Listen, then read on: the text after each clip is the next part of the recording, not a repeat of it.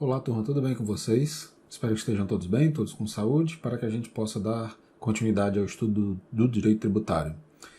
Nós conseguimos já avançar no tema da extinção do crédito tributário e hoje nós vamos, dando sequência à nossa matéria, falar a respeito da imputação em pagamento.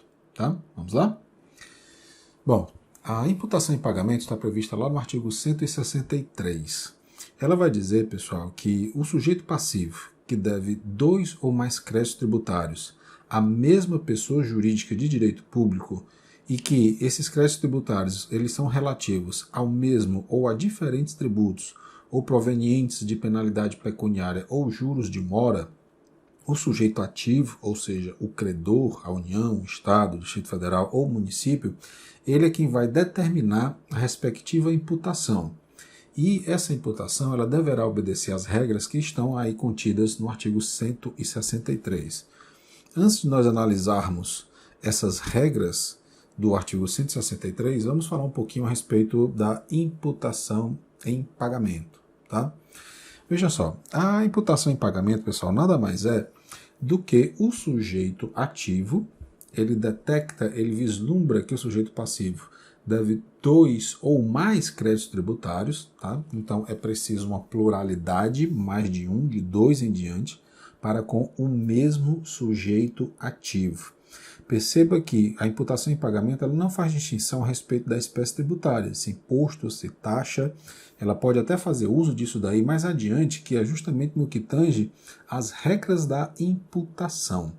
E o que é imputar em pagamento? É quando o sujeito ativo, é quando o credor, ele diz para o devedor o que ele deve pagar primeiro.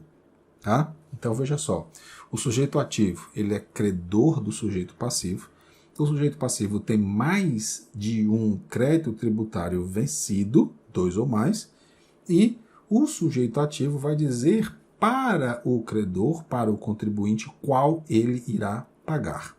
Então vamos ver aqui o seguinte, a ordem que o CTN estabelece. Em primeiro lugar, aos débitos por obrigação própria ou de mão própria, e em segundo lugar, aos decorrentes de responsabilidade tributária. Esse primeiro inciso, o que ele nos diz? Que primeiro o contribuinte deve pagar aqueles tributos do qual ele participou do fato gerador da obrigação tributária.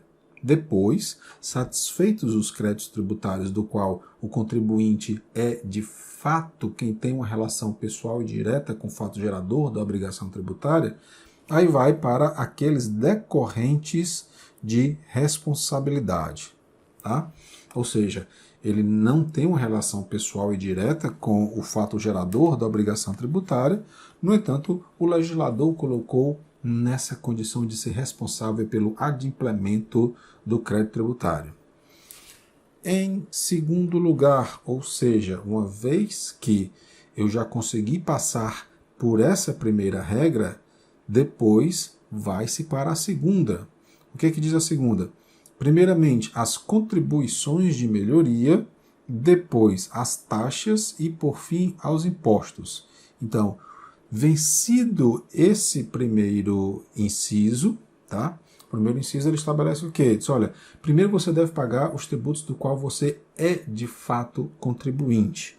Depois você paga aqueles que você é responsável. Mas vamos imaginar que esses 2 créditos tributários vencidos do mesmo contribuinte, ambos sejam decorrentes de ato que ele praticou, ou seja, ele é efetivamente o contribuinte daquele crédito tributário vencido. Então não há como aplicar o primeiro inciso. Daí nós vamos para o segundo. O segundo vai dizer o seguinte, primeiramente, ou seja, ele vai pagar primeiro aqueles créditos que são oriundos de contribuição de melhoria, depois, os créditos oriundos de taxas e, por fim, o dos impostos. Aqui a gente já consegue observar uma distinção que o legislador fez a respeito dessas preferências, que dá para a gente chegar a um seguinte denominador comum. A contribuição de melhoria, houve ali algum proveito por parte do contribuinte do qual ele não deu causa. Então, ocorreu, por exemplo, uma obra, essa obra valorizou a sua propriedade e perceba que toda a sociedade contribuiu para a existência, para a realização daquela obra. No entanto, a valorização foi tão somente para aquele contribuinte ou um grupo de contribuintes. Daí o porquê ele deve figurar, né, no caso de existir 2 ou mais créditos, e que ele seja o contribuinte daquele crédito tributário vencido, ele deve pagar primeiro as contribuições de melhoria. Tá bom. E se não houver contribuição de melhoria? Aí vai para a segunda, que são as taxas. Tá? Até mesmo porque as taxas, ele fez uso de um determinado serviço. Né? Então, houve um grau de aproveitamento. E, por fim, os impostos. Tá? Então, a terceira hipótese aí, nós temos aí os impostos, que afinal de contas a sua destinação ela é genérica, ela não está vinculada a nenhum objeto específico. Né? Tá bom, mas vamos imaginar o seguinte, voltando para o inciso 1, todos os créditos tributários, eles são de fato do contribuinte, ou seja, ele não é responsável. Em segundo lugar, todos os créditos tributários são decorrentes de impostos, tá? Então, a gente já consegue eliminar o inciso 1 e o inciso 2, ou seja, não há como aplicá-los. E aí nós vamos para o terceiro, na ordem crescente dos prazos de prescrição. Aqui já há um outro critério, e esse critério é justamente o de lapso temporal, ou seja, qual crédito tributário irá prescrever primeiro? Qual será o crédito tributário em que o tempo vai fazer com que a Fazenda Pública perca o direito de cobrar do contribuinte? Então, nós temos aí, muito dificilmente, a possibilidade de que 2 créditos tributários eles venham a vencer no mesmo tempo, na mesma data. No entanto, se isso daí acontecer, a gente não tem mais uma vez como aplicar esse dispositivo. E aí nós vamos para o último, que ele vai dizer o seguinte, na ordem decrescente dos montantes. Ou seja, primeiro você paga aquele montante maior, aquele crédito tributário mais volumoso, depois você vai pagando os não tão volumosos, os mais baratos, por assim dizer. Então percebam que o legislador ele estabeleceu um critério em que deve ser observado cada um desses dispositivos para que o sujeito ativo faça essa respectiva imputação. Meus caros, percebam uma outra coisa. É muito difícil hoje em dia um contribuinte deslocar-se até o sujeito ativo e dizer, olha, eu tenho aqui vários créditos tributários vencidos, qual que eu pago primeiro? Né? Geralmente é o próprio contribuinte quem faz essa escolha, de acordo com as suas condições, de acordo com as suas possibilidades, né? De acordo com a estratégia que ele adota para voltar a uma situação de normalidade tributária. Tudo bem? Nesse próximo slide aqui, eu fiz justamente uma espécie de desenho, né, das hipóteses, dos critérios que são utilizados para a imputação em pagamento. A primeira que deve ser esgotada é, como nós vimos, primeiro deve-se pagar aqueles tributos em que o contribuinte ele participou da manifestação do fato gerador da obrigação tributária e depois daqueles que ele efetivamente ele é o responsável.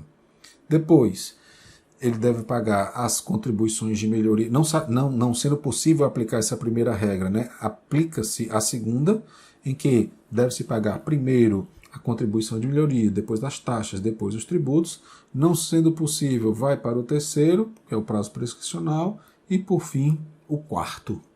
Tá? Então imagine o seguinte, imagine que você é contribuinte de impostos municipais, vou citar aqui coisa simples, vamos colocar aqui um IPTU e um ISS. O IPTU a gente já sabe é o Imposto sobre a Propriedade Territorial Urbana, tá? E o ISS é o Imposto sobre Serviços, ambos impostos municipais, dos quais ambos você é o contribuinte e não o responsável tributário. Pergunto, vamos supor que você esteja devendo R$5.000 de IPTU e R$4.900 de ISS. Esses R$5.000, ele vai prescrever, essa quantia vai prescrever em dezembro de 2020 E o ISS ele vai prescrever também em dezembro de 2020. Vamos tentar agora com esse exemplo preencher todas essas ordens de imputação. Vou até ver se eu consigo apagar essas inscrições para limpar um pouco aqui a nossa vista. Acho que ficou melhor assim. Então, olha só. Partindo dessa premissa de que nós temos um contribuinte devedor de IPTU e INSS, o IPTU de 5.000, o ISS de 4.900 e ambos os dois impostos, eles vencerão, ou seja, o prazo prescricional vai ter data o mês dezembro de 2020. Vejam, será que se aplica essa primeira hipótese? Será que existem dentro desses tributos que ele está devendo a condição de num ele ser contribuinte e no outro ser responsável? Não é mesmo? Então, não se aplica a condição de responsável, sendo, portanto, as duas modalidades tributárias, ele na condição de contribuinte, eu não consigo aplicar essa primeira regra. Portanto, vamos para a segunda. Aqui existe contribuições de melhoria? Não existe. Também não se trata de taxa, sendo, portanto, aqui, me perdoem por ter colocado aqui tributos, mas sim impostos. Sendo impostos, eu novamente não consigo aplicar essa segunda regra, pelo que eu vou agora buscar a terceira. A terceira vai dizer o quê? A terceira vai dizer que pela ordem do prazo prescricional, ou seja, eu pago primeiro aqueles que vencerão logo e depois os que vencerão depois. Vejamos que nesse exemplo que foi dado, ambos têm o prazo para a mesma época. Tá? Vamos supor, o mesmo dia, do mesmo mês, do mesmo ano. Então, perdão. Então não se aplica essa daí do prazo prescricional. O que restou o quê, pessoal? Apenas a quarta, que é a ordem decrescente dos montantes.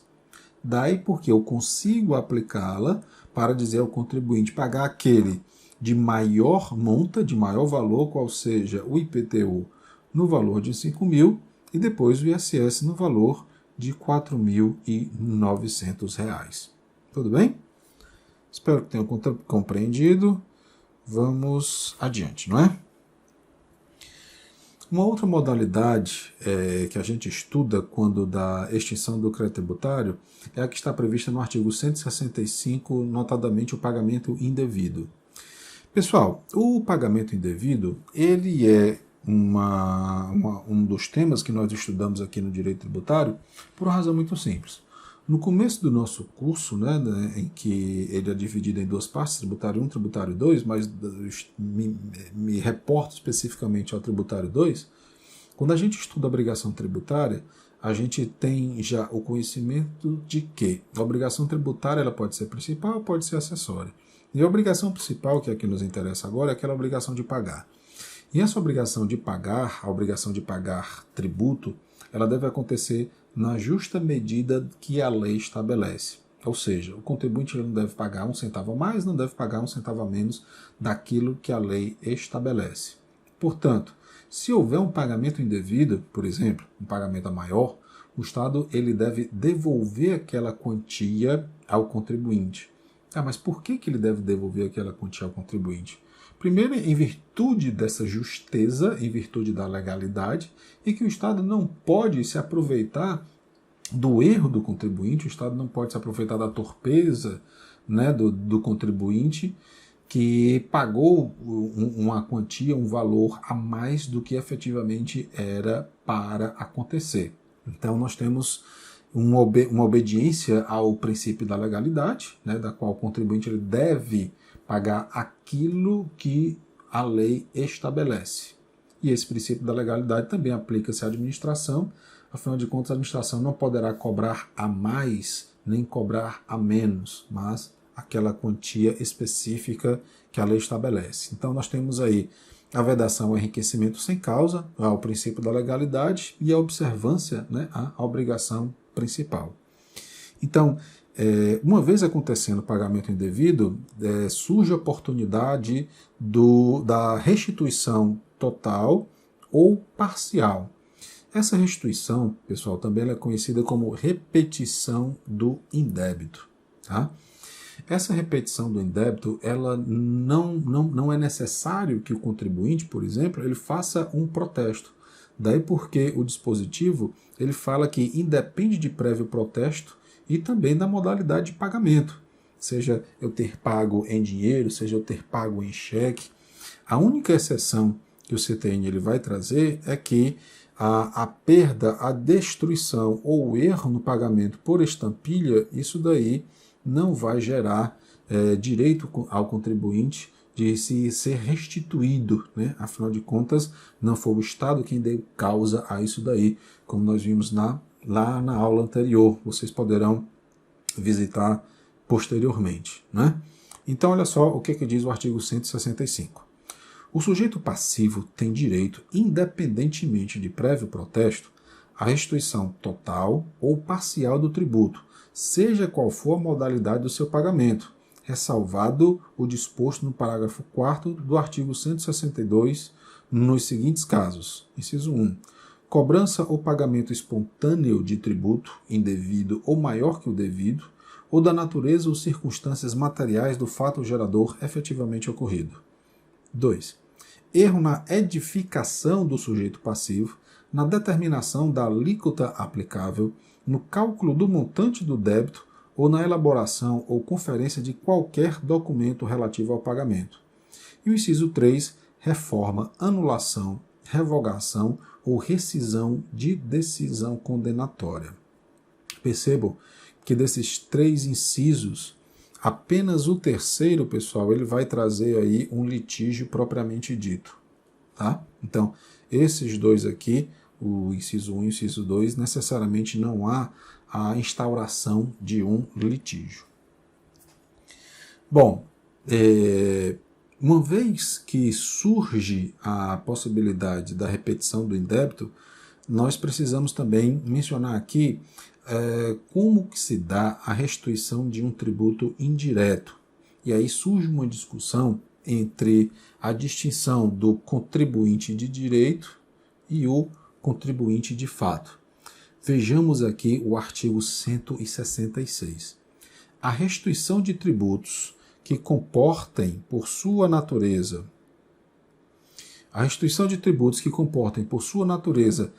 transferência do respectivo encargo financeiro somente será feito a quem prove haver assumido o referido encargo ou, no caso de tê-lo transferido a terceiro, está por este expressamente autorizado a recebê-la. Então, olha só, olha a dificuldade que esse dispositivo ele cria para a restituição de tributo indireto. Bom, o que é o tributo indireto? Né? É aquele em que, por exemplo, o ICMS, o comerciante, ele paga o valor do tributo, só que ele transfere o valor do tributo para o contribuinte, para o consumidor final. No entanto, quando o consumidor final ele adquire aquele bem, aquele produto, né, então ele paga pelo valor cheio, não é? Então, o que nós temos aqui? O comerciante ele transfere o encargo para o contribuinte, para o consumidor.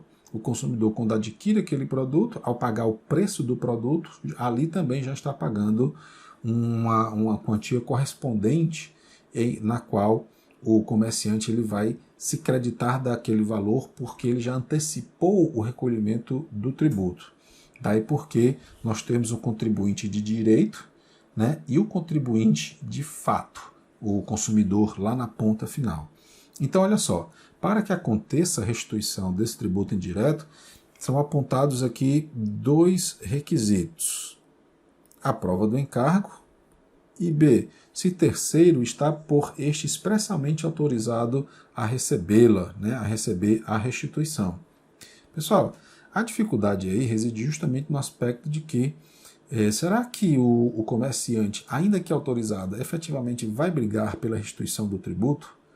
É uma pergunta de difícil resposta, né? Nós imaginarmos essa situação. Imagine você, comerciante, com as suas atividades, com suas obrigações, Aí chega lá um consumidor, um contribuinte que diz, olha, essa tributação aqui ela está equivocada, foi pago a mais, foi pago a maior. Então, por favor, estou lhe autorizando para que você, uma vez que assumiu, né, esse encargo, você possa brigar por essa restituição. Então, é uma situação um tanto quanto difícil, uma situação um tanto quanto delicada de nós vermos isso daí acontecer. Vejam, portanto, aqui algumas jurisprudências, notadamente súmulas e uma decisão que eu separei para que a gente possa compreender isso melhor. Primeiro, a súmula do Supremo Tribunal Federal, a de número 546. Ela diz o seguinte: cabe a restituição do tributo pago indevidamente quando reconhecido por decisão que o contribuinte de direito não recuperou do contribuinte de fato o quantum respectivo. Tá? Então temos aí essa jurisprudência, essa súmula do Supremo Tribunal Federal. Agora, vejam o que o STJ já decidiu a respeito desse tema. O contribuinte de fato não possui legitimidade para pleitear a restituição do que foi pago indevidamente no que se refere aos tributos indiretos. Então nós temos aí a posição majoritária do STJ em relação à restituição dos tributos indiretos, falando justamente que o contribuinte de fato, né, aquele que está lá na ponta, aquele que assumiu quando comprou aquela mercadoria, toda essa situação. E por outro lado, o mesmo STJ, através da súmula 391, vai dizer o seguinte: o ICMS incide sobre o valor da tarifa de energia elétrica correspondente à demanda de potência efetivamente utilizada. O que é isso daqui?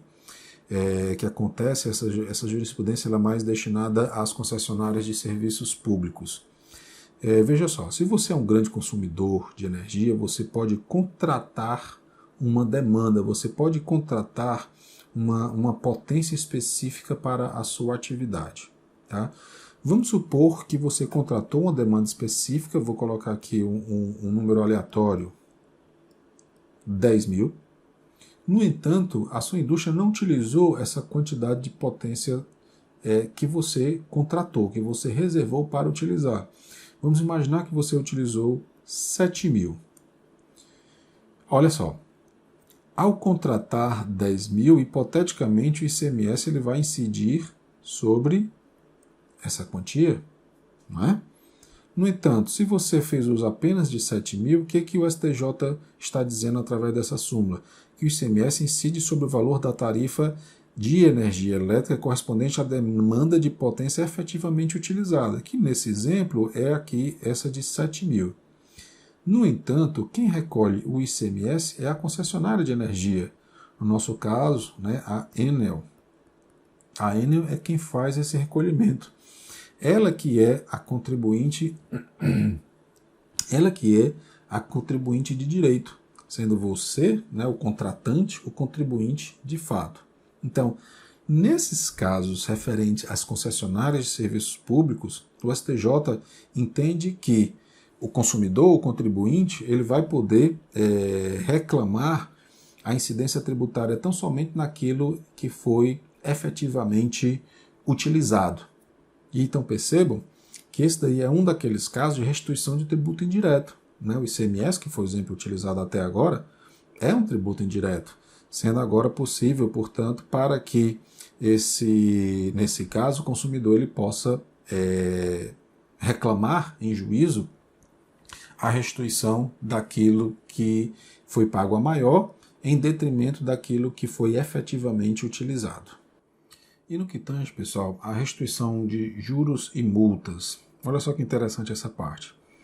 Uma vez que o contribuinte equivocadamente tenha feito um pagamento indevido fora do prazo, será que ele vai ter direito à restituição dos juros e multa que lhe foi cobrado nesse pagamento indevido? Vamos ver o que diz o artigo 167. A restituição total ou parcial do tributo dá lugar à restituição na mesma proporção dos juros de mora e das penalidades pecuniárias, salvo as referentes às infrações de caráter formal não prejudicadas pela causa da restituição. Então, existe sim a possibilidade da restituição, tá? Desde que não seja referente a infrações de caráter formal não prejudicadas pela causa da restituição. O que seria uma multa de caráter formal? Vamos imaginar que o contribuinte ele está provocando embaraços à fiscalização. O fato dele provocar embaraços à fiscalização não significa dizer que ele deixou de pagar um tributo, mas está sendo aplicada a ele uma punição. Tá? E essa punição é justamente essa infração de caráter formal. Ela não guarda relação com o tributo propriamente dito, mas em virtude de ser uma punição e uma punição pecuniária, não há, portanto, a possibilidade dela ser restituída, dela ser devolvida ao contribuinte.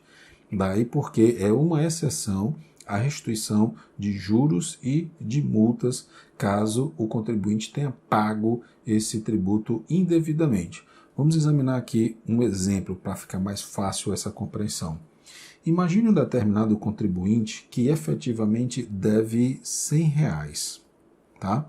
No entanto, passou o prazo para o contribuinte pagar esses R$100 e ao invés de pagar 100, ele equivocadamente pagou, sabe quanto? R$200. Ele disse, não, eu não devia 100, eu devia era 200. E aí, desses R$200, como estão sendo pagos a destempo, incidem sobre eles a multa de 10%, que vai dar os R$20, vai incidir também juros de 5%, que é justamente R$10, e o total do valor pago é de R$230. Esse valor de R$230, ele está sendo pago de forma equivocada. O contribuinte está pagando muito mais do que devia. Isso porque, se o valor real a ser pago era R$100, esse valor pago a destempo vai sofrer um acréscimo de 10% referente à multa, que dá, portanto, R$10, mais juros de 5%, que vai dar R$5, perfazendo o total de R$115. Então, vejam a diferença que há entre esses dois valores. Eu paguei 230, paguei voluntariamente, mas de forma equivocada, quando na realidade era para ter pago 115. Então, eu, contribuinte, vou ter direito à diferença do que deveria ter pago e o que efetivamente paguei. Essa diferença, portanto, é justamente o valor efetivamente pago pelo contribuinte e aquilo que ele deveria ter pago, não é? Então, fazendo aqui uma conta bastante simples, ele pagou 230, era para ter pago R$115, então basta tão somente, né, ver quanto foi o excedente para que a gente encontre o valor a ser restituído. Tudo bem? Vamos adiante. Juros de mora e correção monetária na restituição, prevista lá no artigo 167, parágrafo único. A restituição vence juros não capitalizáveis a partir do trânsito em julgado da decisão definitiva que a determinar. Então, olha só, a restituição cabe juros simples a partir do trânsito em julgado da decisão definitiva que a determinou. Tá? Então, o que isso significa dizer? Pagamento de juros e correção monetária sobre o valor a ser restituído ao sujeito passivo. Vejamos aqui essa súmula do STJ e demais aqui, que elas vão trazer para a gente uma linha do tempo que a gente vai conseguir montar, na qual existem alguns detalhes bem interessantes. Súmula 188 do STJ. Os juros moratórios na repetição do indébito tributário são devidos a partir do trânsito em julgado da sentença. Então, os juros estão somente a partir do trânsito em julgado da sentença. Antes disso, não irá existir a incidência de juros moratório. Súmula vinculante número 17. Essa daqui, portanto, se é vinculante, Supremo Tribunal Federal, não é, turma? Durante o período previsto no parágrafo 1º do artigo 100 da Constituição, não incidem juros de mora sobre os precatórios que neles sejam pagos.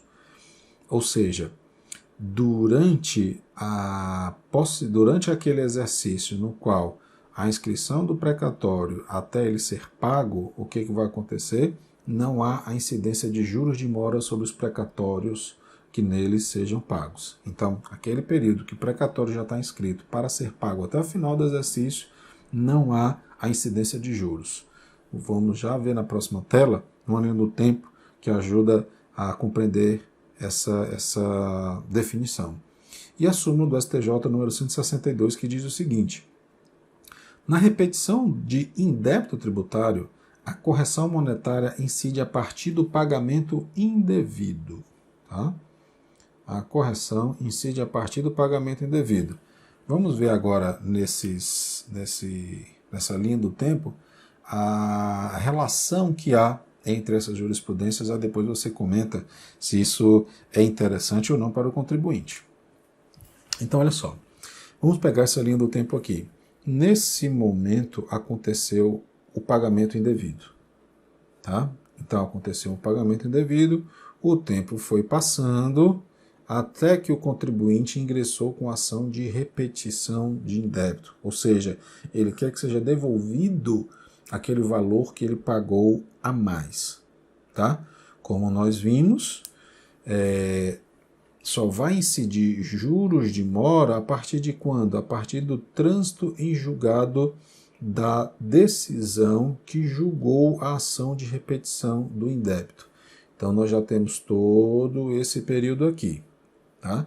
Então, segundo o STJ, na sua súmula 188, combinado aí com o parágrafo único do 167, então, os juros de mora vai começar aqui do trânsito em julgado, sabe-se lá quanto tempo, quantos anos levou essa ação para ser julgada e depois transitar em julgado. Certo? Então, com o trânsito em julgado e o não pagamento, abre a possibilidade de inscrever aquele valor nos precatórios. Essa inscrição ela pode acontecer até o dia 1º de julho do ano. Tá? Não coloquei o ano específico, e pode ser 1º de julho do ano em curso, digamos assim. A partir desse momento, segundo a súmula vinculante número 17, súmula do Supremo Tribunal Federal, não vai incidir juros de mora.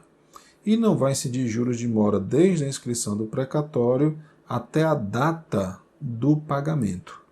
Sendo pago, ótimo, já não tem mais o que discutir. Agora, se ele não for pago, aí o que vai acontecer? Juros de mora novamente, a partir do momento em que não houve o pagamento do precatório. Tá? O que é o precatório? Né? O precatório é justamente aquela obrigação do sujeito ativo de pagar, oriundo da decisão judicial transitada em julgado. Então, é dessa forma que nós precisamos compreender a incidência de juros de mora e correção monetária na restituição.